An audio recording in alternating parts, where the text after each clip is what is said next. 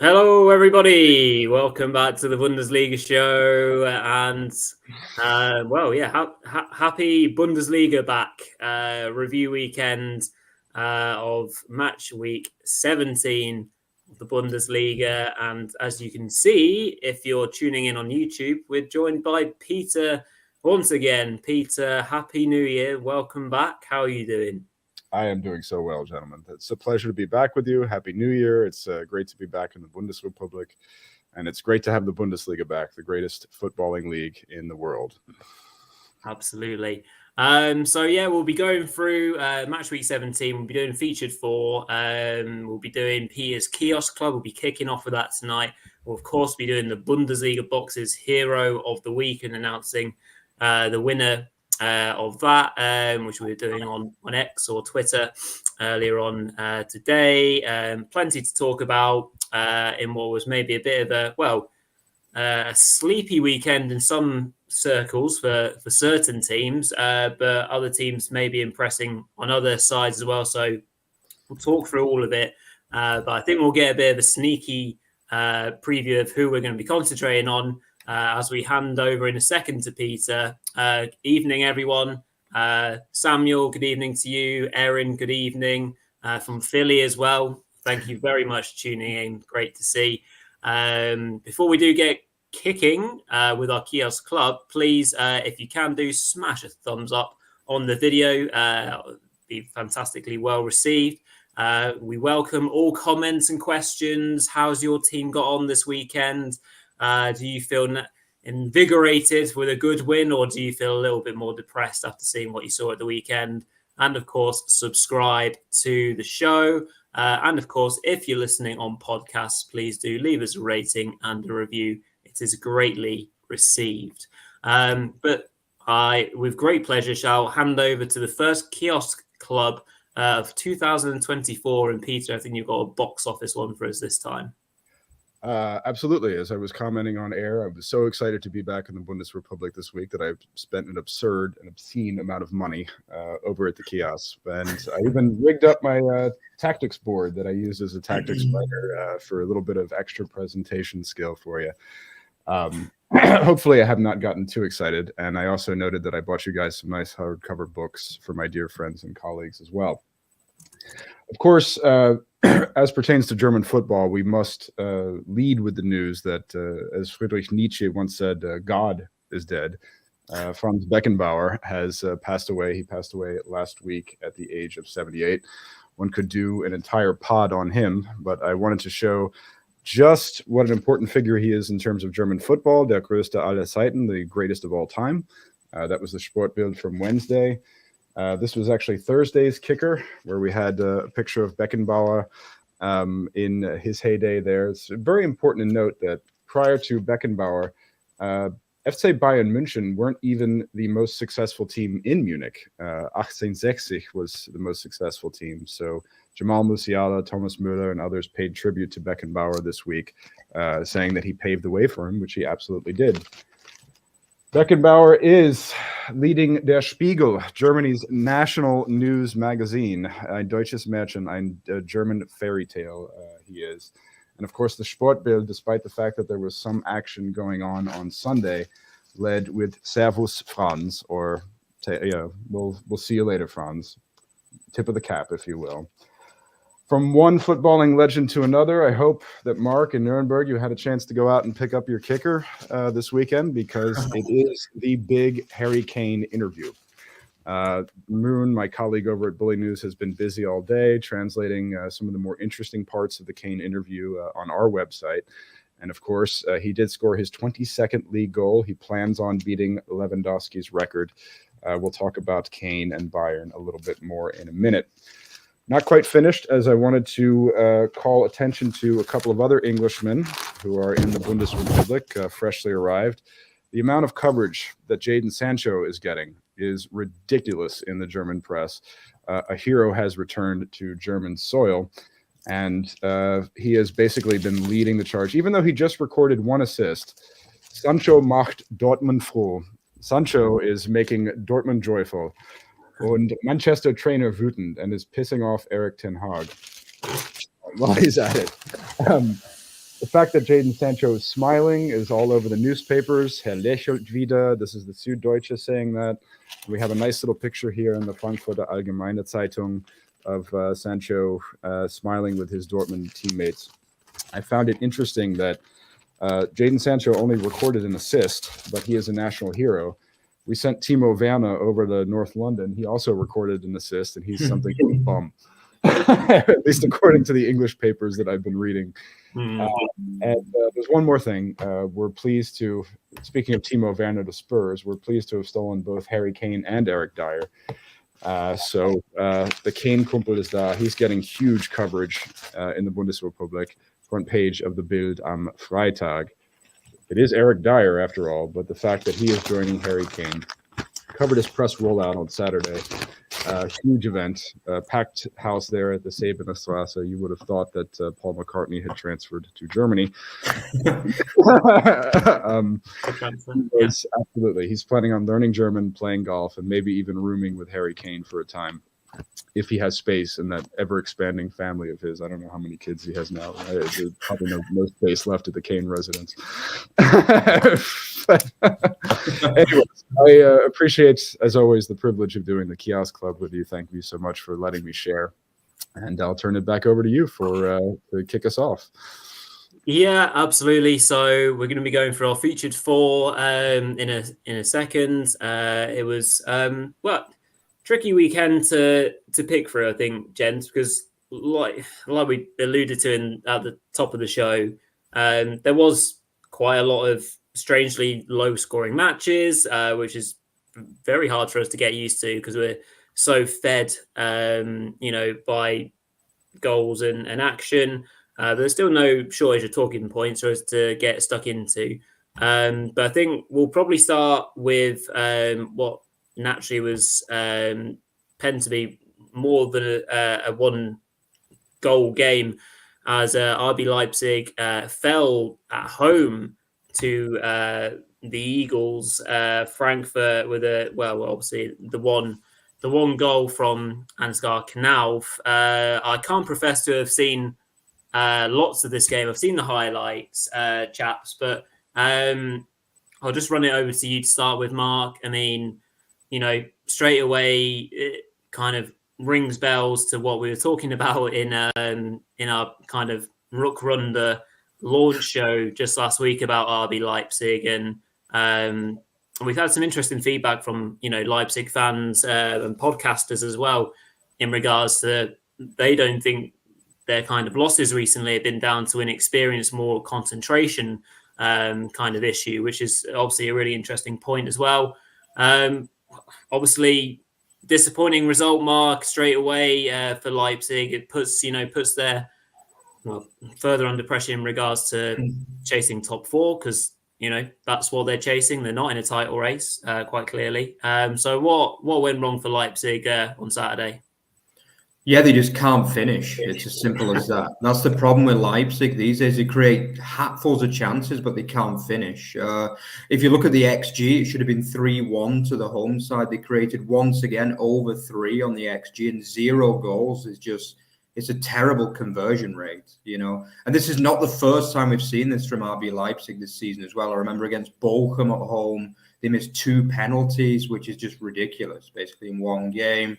Against Wolfsburg away from home, they had 4 XG and only scored 1 goal that time as well. So this is not the first time this has happened, and it's becoming like a familiar tale for RB Leipzig this season. I think for me, there's not that much wrong with the play, actually. It's just that they can't convert the chances. They just miss sackfuls of chances every game. But yeah, as for Frankfurt, their goal was a really nice goal, by the way. It was a really well-worked goal after just 7 minutes. It was a wonderful ball from Nkunku as well. Who needs Nkunku when you've got Nkunku?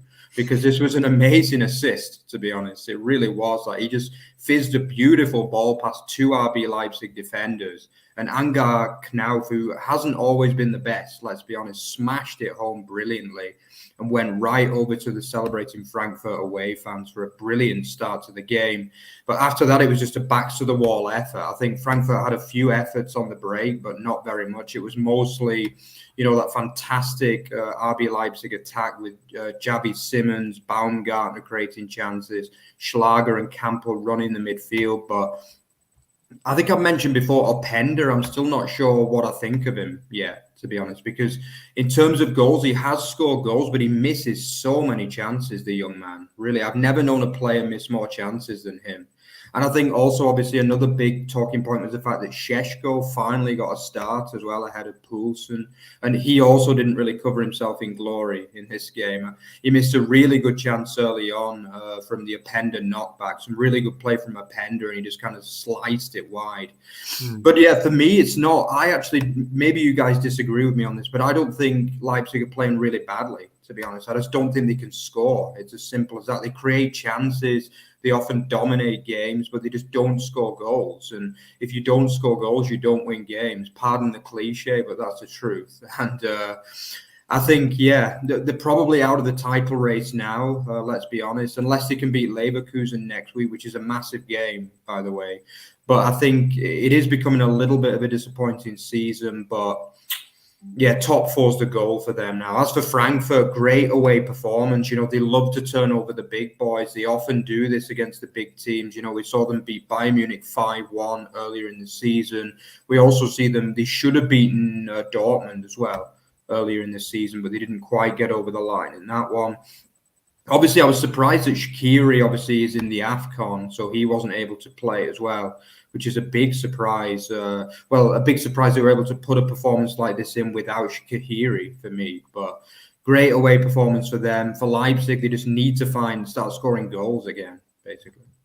Peter, what did you pick up then from the Frankfurt side that, as Mark's already alluded to, were missing some players? Obviously, they were missing Shaqiri, they were missing Chaibi.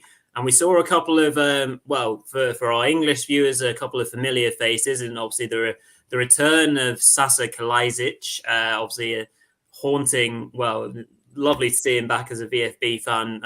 It's a shame that hasn't worked out for him so far in the Prem. And of course, Man United fan favourite, even though he barely plays, Donny van de Beek. So with those two starting, is there anything in particular that you picked up that Frankfurt maybe did differently in this game, or was it kind of sticking to process but just fitting different players in those same positions? Yes, tactically speaking, Topmüller basically stayed with his sort of flexible 3-4-3, 3-4-2-1. And he plugged those players directly into the positions that he's missing for AFCON. The three players you mentioned, Chaibi for Algeria, Shaqiri for Tunisia, and Omar Marmoush for Egypt, the three North Africans that he's missing. So Kalajdzic just essentially took over Marmoush's slot. Donny van de Beek, he just kept an axial chain as a buttressing attacker right beside Ansgar Knauf. I wouldn't say Van de Beek, I thought, played very well. Kalajdzic, you can tell that the multiple injuries that he's incurred while playing away at Wolves have really taken their toll. As a matter of fact, he had a famous quote afterwards that he really didn't want to play much more than 45 minutes because his hamstrings were whistling, so to speak. So the Austrian Peter Crouch. Mark has already alluded to the fact that the player of the match was definitely Nkunku, that was just a beautifully threaded ball. And Nkunku also bagged a pair of assists in the Gladbach match just prior to the Christmas break. The kicker was actually comparing him to Filip Kostic. Seems slightly premature. But he was certainly the man of the match. And that was also a great finish from Knauf. Kalajdzic and Van de Beek. Kalajdzic wasn't able to do much. Van de Beek, I think, was mediocre. But as we were alluding to earlier, both of them were given so much coverage in the German press. When these Premiership players come on loan, we're happy to have them and we want them to thrive here. So some of the German press grades, I think, for both players were a little bit inflated. It really came down to Nkunku. It really came down to a good job from Mario Götze and Hugo Larsson, the young Swedish talent in midfield. And of course, Mark mentioned the XG. Good God, it was. It could have been 4-1. I think the XG was even slightly understated in this particular fixture. I'm not quite sure what to say about Leipzig. Really, I mean, they're just simply. It's becoming a habit. It's becoming a typical thing. Rosa's side that they're racking up all this XG and they can't seem to finish. But Frankfurt, if you pardon the pun, are very much on a roll. Frankfurt is on the roll. Sounds very tasty. But their upcoming fixtures against Darmstadt, Mainz, Köln, and Bochum, I think they could take 12 points from those fixtures and run into their Conference League knockout against Union Saint-Gilloise, whom German clubs are playing again, just like we did last year. I think that this is really Topmüller's Frankfurt. He's managed to do a lot. He's managed to get a lot of people into position in time, and they're thriving a lot earlier than we thought that they would. And with the 3 AFCON absences, if you had told me that they would beat Leipzig this weekend, I wouldn't have believed you. I didn't think that he could plug those players in immediately and that they would do so well. So we have something special brewing in Germany's commercial capital. I would definitely wager on them in the next 4 matches, and it might be the case that they can even make a serious European push this year. Well, that just before we finish on these two, leads me on to my kind of playing devil's advocate here. If we're talking about Dortmund, obviously well in the race for top 4, they had a great weekend results-wise, and they'll be pushing for that. Frankfurt are only 3 points behind Dortmund, so if they're in the top 4 race, Frankfurt surely are as well, aren't they? So, I mean, alluding to those games as well, if they do pick up 12 points, they are not going to be far off, let's be frankly honest, because other teams will drop points. We know Stuttgart are going to struggle. We'll talk about them more often a little bit later on. Leipzig already have dropped points, so it's going to be anyone's game if Frankfurt can remain consistent. So, yeah, plenty up for grabs, I think, in that respect. So that takes us on to our next game of our featured 4, which does indeed feature Borussia Dortmund, who, of course, have got one player in a lot of the headlines at the moment. Of course, is Jadon Sancho. He made his much anticipated return, and he made a positive impact on the game. Obviously, the 3-0 scoreline, chaps. Pretty comfortable run out for Dortmund in the end. They controlled that first half pretty well and scored a nice goal on the counter. Great play by Bino Gittins, who played pretty well, I thought, actually. And I know, Mark, you're sometimes a bit questioning of his performances, but I thought he did pretty well, especially on the counter to set up Julian Brandt to scuff his way through to yet another goal.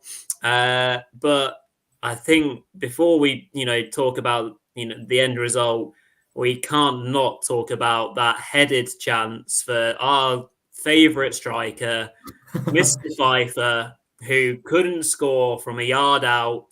I mean, obviously, praise goes to Gregor Kobel, who makes the tracks back across the goal to make a reaction stop, but it's not really a save because the ball just hits him in effect. I mean, if Darmstadt score that, it's 1-1. It's around, I think that was around the 65th minute, and then you've got the home crowd behind you, and Dortmund were struggling to finish off those chances.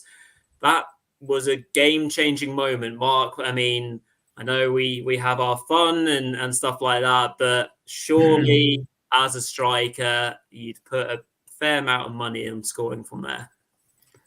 Yeah, I mean, he's definitely becoming a bit of a cult hero on this channel and also in the Bundesliga, isn't he? But, ironically, he actually scored his first goal in about 5 years against Hoffenheim, the last game before the break. So you'd have thought he had a bit of confidence going in. But, you know, he's starting to become like a Davy Selke of the channel, I think, a little bit. Although, to be fair to old Davy, he started finding the old onion bag a little bit more often of late, hadn't he? But, yeah, I mean, Pfeiffer is basically the new Davy Selke as far as I'm concerned. Yeah, he literally can't hit a barn door with a banjo, as they would say in Wigan. Like, basically, he's just, he has to be scoring that, basically. And actually, with regard to the match, I thought Darmstadt did well. I thought they played well for long periods in the match, and I think it certainly wasn't a 3-0, really, in truth.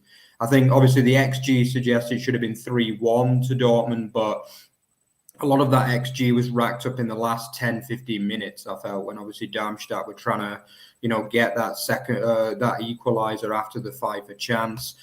But yeah, I mean, I think the one probably big advantage you can take from Dortmund is that they do have that strength in depth. And we saw basically all of the key players in this game, apart from probably Bino Gittens, as you say, they came off the bench, basically. And I thought Sancho, a man who basically has been pilloried by Man United fans, like he's pretty much the most hated man in Manchester right now. And not one person in Manchester was sad to see him leave, apart from maybe City fans, I think.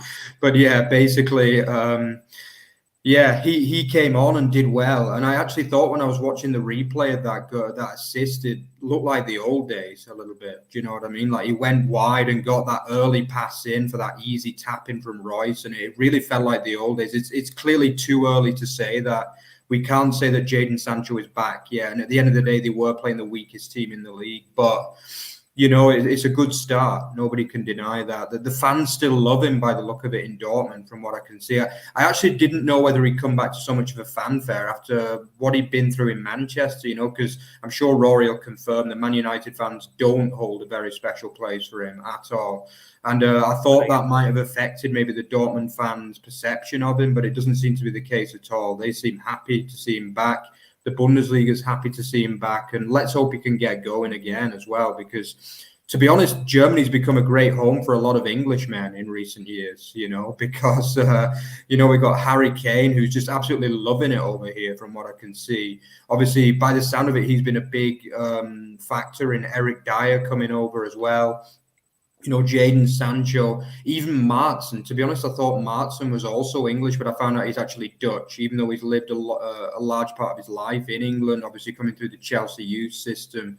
But yeah, he also looked good. I felt as though he had a good debut as well, Maatsen. Yep. And, you know, so far their transfer business has been good for Dortmund. I think I mentioned it in the preview for the Rückrunde. I think they will have a good Rückrunde, BVB. Maybe not quite like, they won't be in a title race, no, nothing like that. But I still see them getting top 4 for me. I have no questions about that. Yeah, very interesting. Peter, do you agree? Do you feel like this was a 3-0 scoreline, deservedly so, or just a case of, well, I mean, from the Sancho assist point of view, if he doesn't lay that on the plate to Royce, then he needs to stop playing football, because it's all the work is done by Donny Marlin, let's be honest. And then the Mokoku goal, you know, sprinkles that sugar on top of the cake. And he almost did exactly the same in injury time again, to be fair. So it might have even been 4-0. But yeah, thoughts on Dortmund and you know, obviously poor Darmstadt as well. You know, they huffed and they puffed, but other than that big Pfeiffer chance, they did struggle, didn't they? Well, can I pile on Luca Pfeiffer and Davy Selke as well as part of this channel? They're cult figures. Well, we're probably already hated by them enough. So yeah.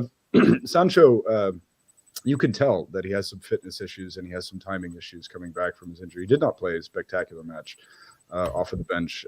I think you took the words out of my mouth. I mean, it was Malin did all of the work and Royce was crashing in. Mark alluded to the fact that Maatsen had a very strong debut. So we've discussed in Kalajic, Van de Beek, Maatsen, and now Sancho, 4 Premiership players that are here on loan, and that everybody in the Bundesrepublik is rooting for to succeed. Not only was the coverage that I covered in the Kiosk Club regarding Sancho insane, you know, as somebody who is responsible for covering the post-match comments, I mean, they lavished so much praise on him. Marco Roy said, "I'm so excited to be playing with him. He's a great guy. He's one of my best friends.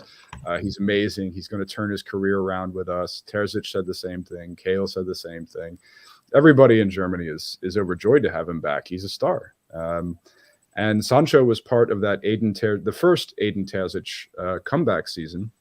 When Edin Terzic took over for Lucien Favre in 2020-21, the team did not look like it was going to be able to qualify for the Champions League at all.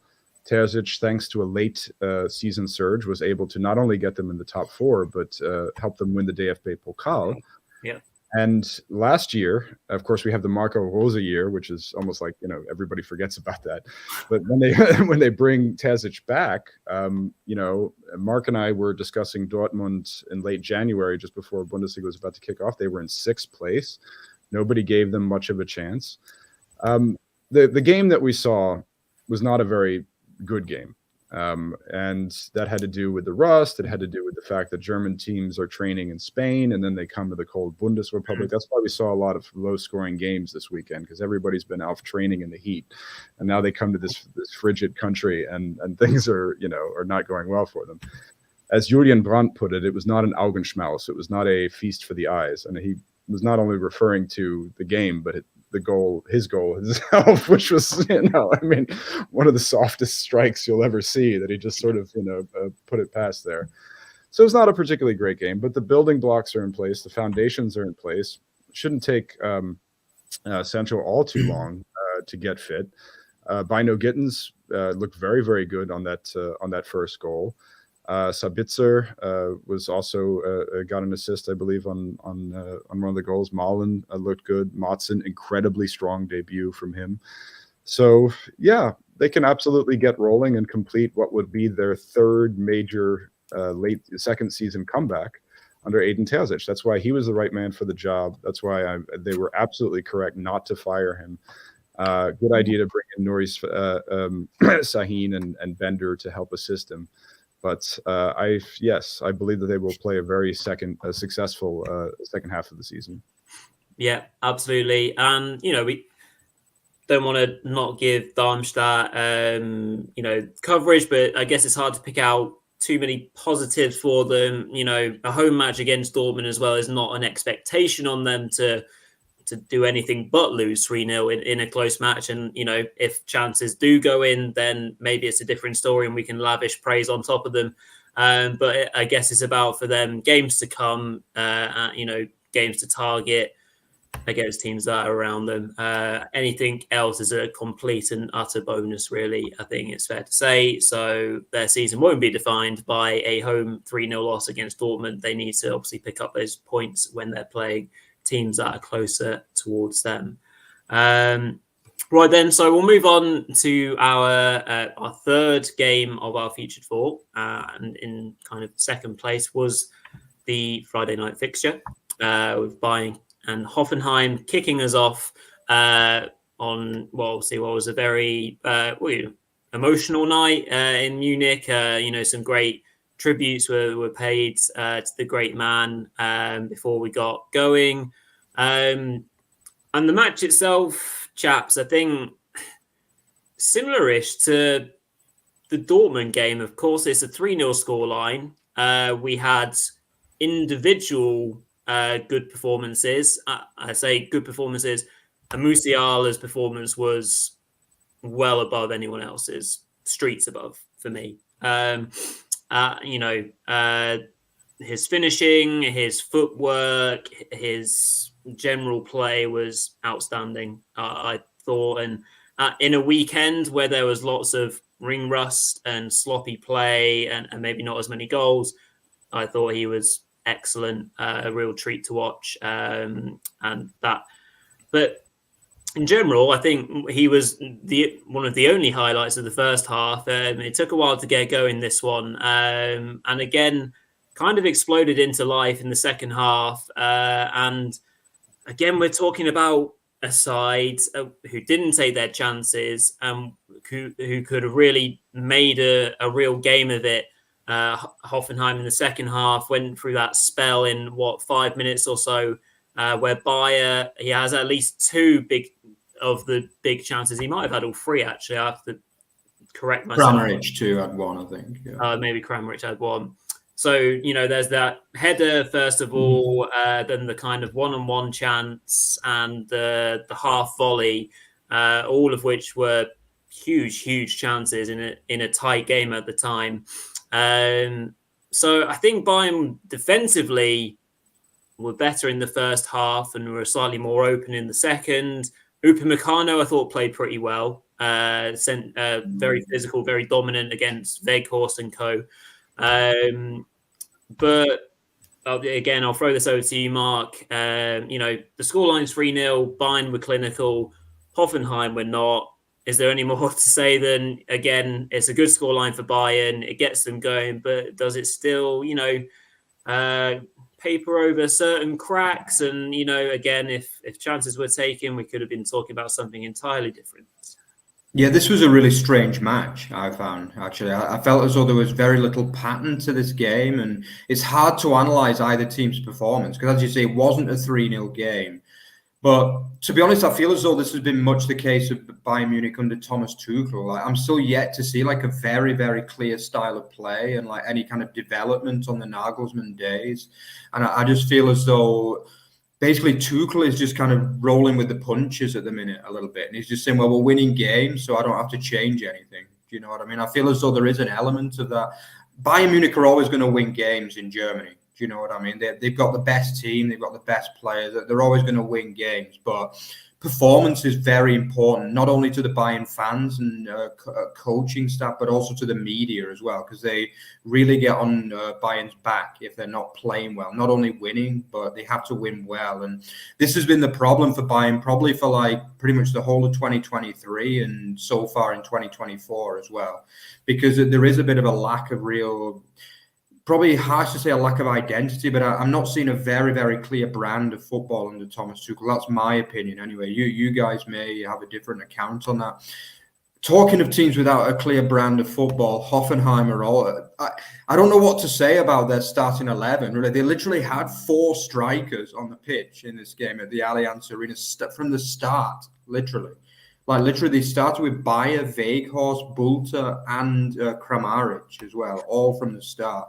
I mean, I know that Kramaric is being played as more of a kind of midfielder nowadays, which is a little bit, suspect in some ways. But still, I don't know what to say about Pellegrino Matarazzo's tactics at times. I mean, we've talked a lot about this, about them having an unbalanced squad, but to go with 4 strikers, I know they weren't all playing in the striking role, but Bulter basically kind of winger / fullback. What's all that about? And then Kramaric in midfield. Yeah, I'm struggling to see what this is all about at times. And also, I mean, I know me and Peter in particular are massive fans of John Anthony Brooks. He's another kind of cult hero. He wasn't on the pitch, and that's disappointing because I think he's a great player, John Anthony Brooks. He's not had the best season under Matarazzo, but I still feel as though he should be out there. Also, Grilic in central defence as well. Obviously, more of a midfielder by trade. It was all like a mismatch in many ways. And I think Hoffenheim, if they really want to achieve the goals, which has to be European football with that budget, then they've got to start playing players in position, first of all. Because I think there were maybe 2 or 3 players on that pitch that were playing in position. And that's all. And I'm just mind-boggled of what he's trying to do. I don't know, Peter, if you agree. I know you've also criticised him a bit, but it seems to be getting stranger and stranger with him at the minute. I agree wholeheartedly. And you covered Bulter, you covered Kramaric, you covered Grilic, and anchoring that central defensive core where John Anthony Brooks should be. Using Anton Stach as a block sweeper is a waste. I mean, he can play further up the pitch. We saw that at Mainz, absolutely. I think Matarazzo was a little bit scared. Kabak is still a good central defender. I think that Kabak, he could maybe slide central in that back 3, although he's doing pretty well on the right. He wanted to give Nsoki an audition, and he's been sort of a disappointing prospect, and I'm not quite sure I liked what I saw from him in this match either. Stach was awful. I mean, did you see that yeah. I mean, when he pulled down Leroy Sané, how was that not a straight red? I mean, that they should have been playing the rest of that match shorthanded. And of course, with a team with all of these strikers, I mean, you also see why Jamal Musiala and Leroy Sané are German national team players, while Maximilian Bayer is stuck with the U20s. I mean, he was in one instance, it was a fabulous save by Neuer, but in the other case, I mean, he just took the shot too soon. He had all the time in the world. That one that he rattled off with a crossbar there. So I think, I didn't understand the back three deployment. I think that John Anthony Brooks is still the strongest defender. And if you lose Kevin Vogt to FC Union Berlin, what are you doing? I mean, you need your three strongest defenders out there, and your three strongest defenders are going to be Akpoguma, Brooks, and Kabak. Period. That's your back three. One other question as well, guys, just to interrupt you. What happened to Attila Salai? Like, he was signed for like 20. I think they signed him for 20 million euros. He played one game, scored an own goal, and got a red card, and he's never played since. Yeah, I mean, Matarazzo he's a brilliant man. I say of this American. I mean, he has a master's degree in applied mathematics from Columbia University. But sometimes, I don't know, maybe you can be too smart for football on occasion too. I mean, he's overthinking, he's over tinkering. He's like Pep Guardiola on a cocaine bender or something like this. I mean, it's I mean, I don't know why he does some of the. I mean, admittedly, Rosen hasn't built a balanced squad. That's problem number one, is that Alexander Rosen hasn't given him a balanced squad with which to work. But I mean, he still makes it. He makes it entirely too complicated sometimes. But yeah, is there anything else to say about? Oh well, Manuel Neuer is back. So is his smirk after he made those two big saves. Maybe he can actually get back to his old form if he doesn't take ill-advised skiing holidays again. Yeah. Well, it must be skiing season over there. It must be brutally cold. I was playing footy earlier, and I think it was -2 when I was playing. Felt colder. How cold is it over there? Oh, it's been -8 here in Nuremberg. Yeah, it's today isn't as cold, but it was -8, -9 last week. So yeah, well, you can get the idea. Look, there's still a lot of Bundesliga teams, Bayern included, are flying. They fly back to Spain to train during the week, rather than training here in the Bundesrepublik. So that's how cold it is in our beloved Bundesrepublik.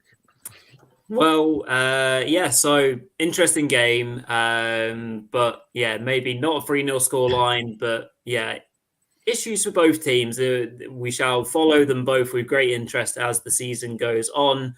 Bayern still, they did the job. They put pressure on Leverkusen at the end of the day, and it almost was a really good weekend for them.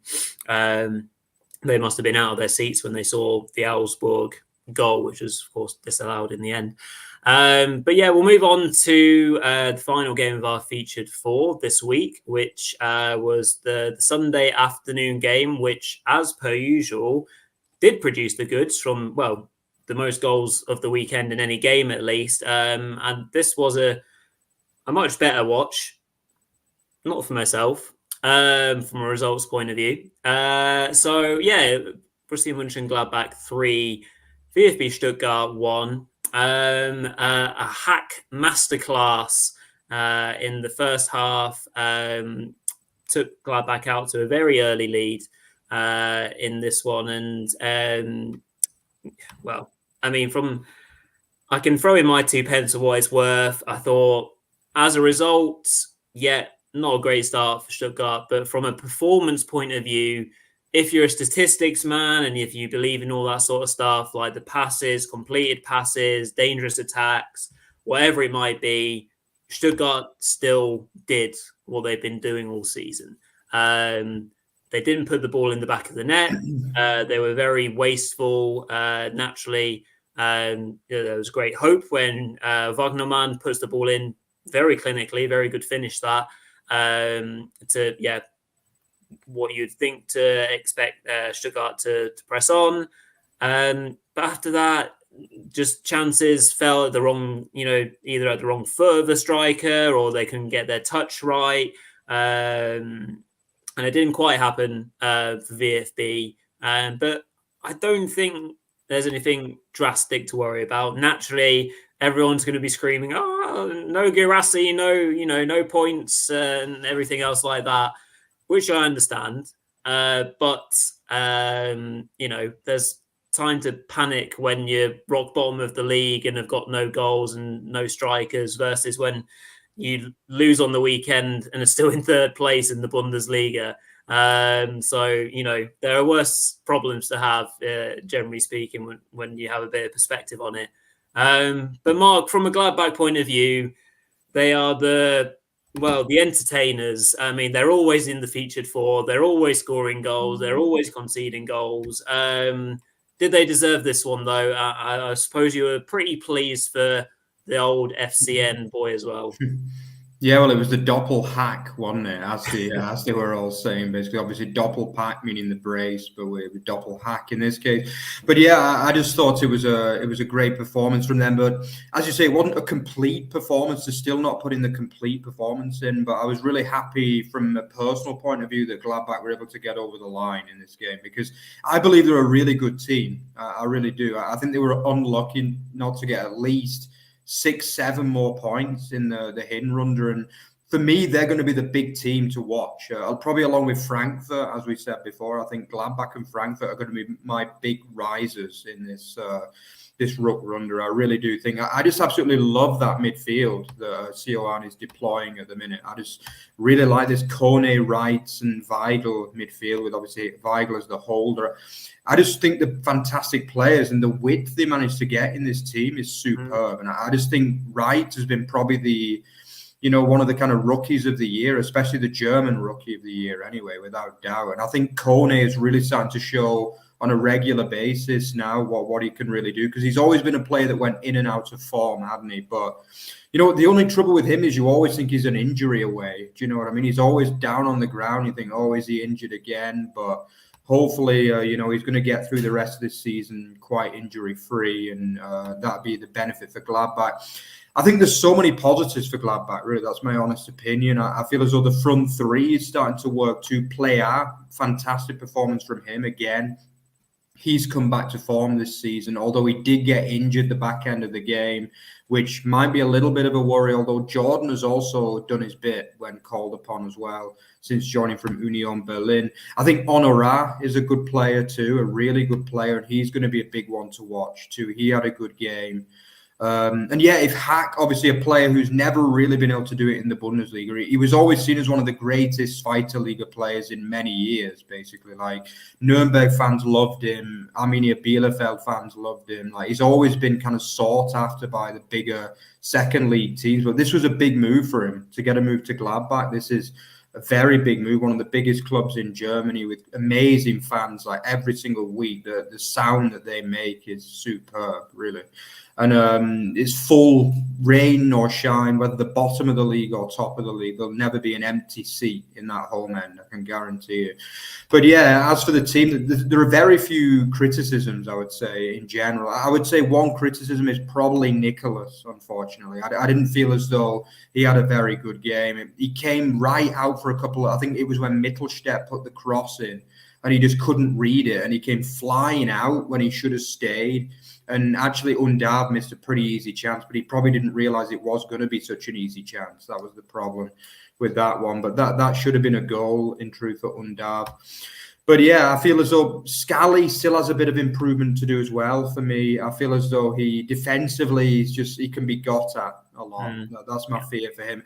Obviously, I know Petre wants him to do well, obviously, as a fellow American, but I feel as though he's still maybe a bit of a weak spot in this team. I feel as though the addition of Friedrich was a good one as well. I think Friedrich needs to get more starts in that Gladbach defence. I think he's a proper leader in the defence, and I've criticised Elvedi quite a bit this season. I don't feel as though he's had a good season. He needs someone who's really strong next to him, who can kind of marshal him and lead him through games. But overall, very good. It's been good for most of the season from Gladbach, but it's just those defensive lapses, goalkeeping lapses that have let them down a little bit. I think Omlin will come back as well in the next month or so, so that's going to be a big positive for them. I fancy Gladbach for 6th this season, really. I think they'll finish in 6th place. I've just got a feeling that they'll be able to do it and push. They'll be along with Frankfurt for that 6th spot for me. Interesting. Peter, one thing for this match in particular that was definitely picked up by good friends in the VfB Stuttgart Americana kind of fan group, was about the way that Stuttgart were pressing, and if particularly in the second half, and in the first, I guess. So they were still pressing. They had great energy. Trying to win the ball back in those big, in those high up places in the Gladbach half. But it was a bit kind of maybe too much that they could handle, and they were leaving themselves short. And maybe Gladbach is probably not the team that you want to do that against, because it was leaving them short. And there were some great, counter opportunities, especially towards the end of the match, as you would imagine, where, Gladbach, if they were more clinical, could have got 4 and 5, really, because, of course, Stuttgart were chasing the game. But, did you feel that this game in particular was won and lost by tactical elements, or just that Gladbach were, more clinical on the day? What can you do when Robin Hack scores a brace inside of 20 minutes? I mean, nobody expected that. Not least anybody who has been following his, his previous audition in the Bundesliga with Bielefeld, and has struggled to get into the lineup here with Gladbach as well. Tactically, something went. Sebastian Hoeneß, to begin with, he took a chance in starting Wagnermann up there on the right flank above Jamie Leveling. Leveling was available. And that kind of came to bite him early, because Wagnermann, although he can play that high up on the wing, is more trained as a right back.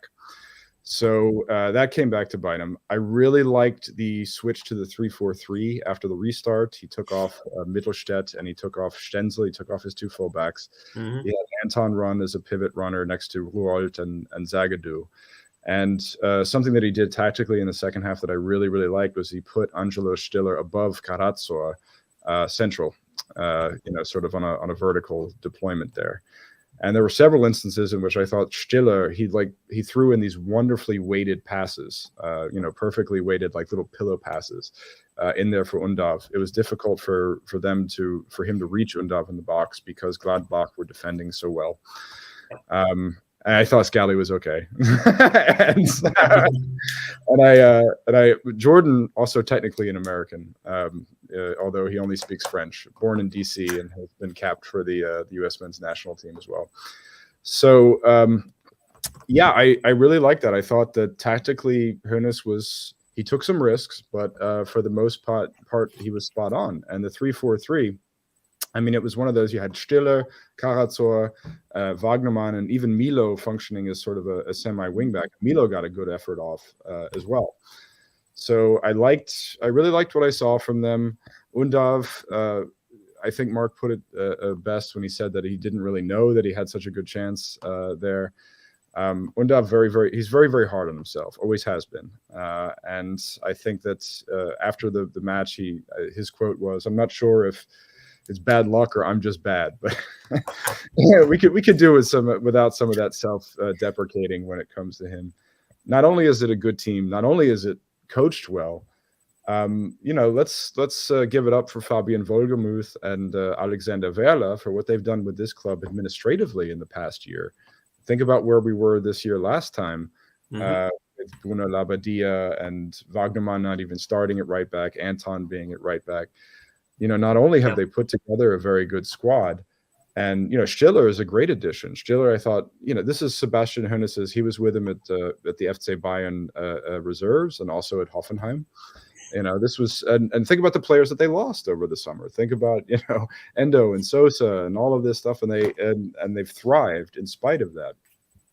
And I would also the contract extensions. Anton resigned this week. Milo resigned this week. It looks like Fury shall be resigned. They're getting these guys. They're putting together this core group and giving them that extra bit of confidence at the right moment.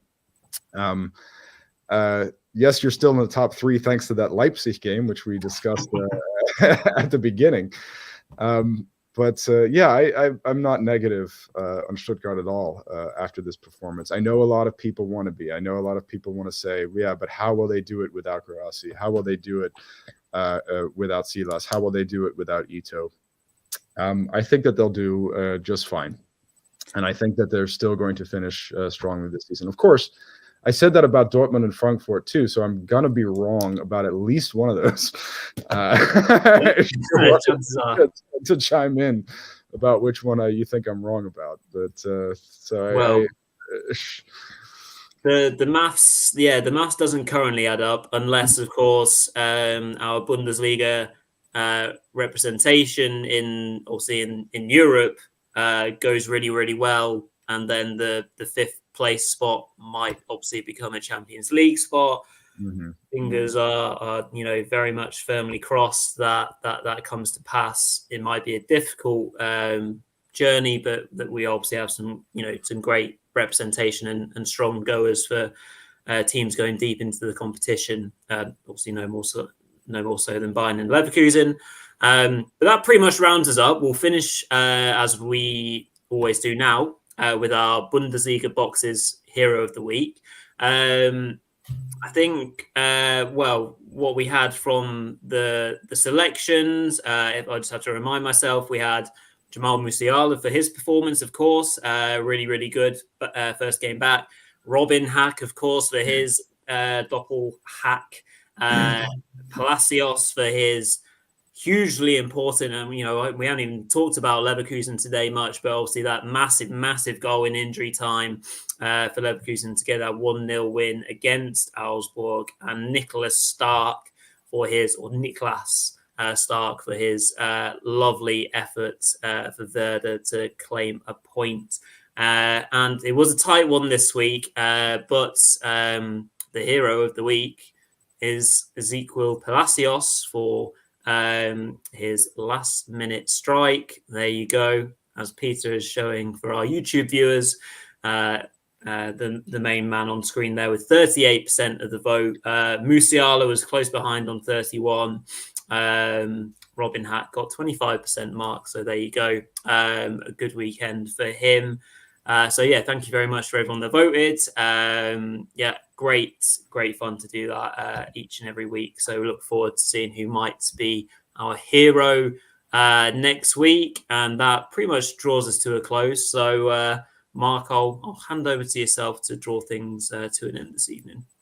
Yeah, so if you enjoyed what you saw today, remember to check out our Twitter feed or X feed, @OverTheBarFB or @OverTheBarExtra. Don't forget to follow on @VillageFooty20 as well. And yeah, keep remembering to check out our podcast as well. Remember, we're not only a YouTube channel, we also record on the podcast as well. So leave a rating to kind of help us out and tell your friends about us on the podcast as well. And don't forget to like, comment, and subscribe on the YouTube channel as well. We are, steadily gathering more and more subs. So yeah, keep supporting us, and yeah, it'll all be great. So yeah, we'll see you again on Thursday for the prediction show. So see you then, guys. Bye-bye. Cheers all.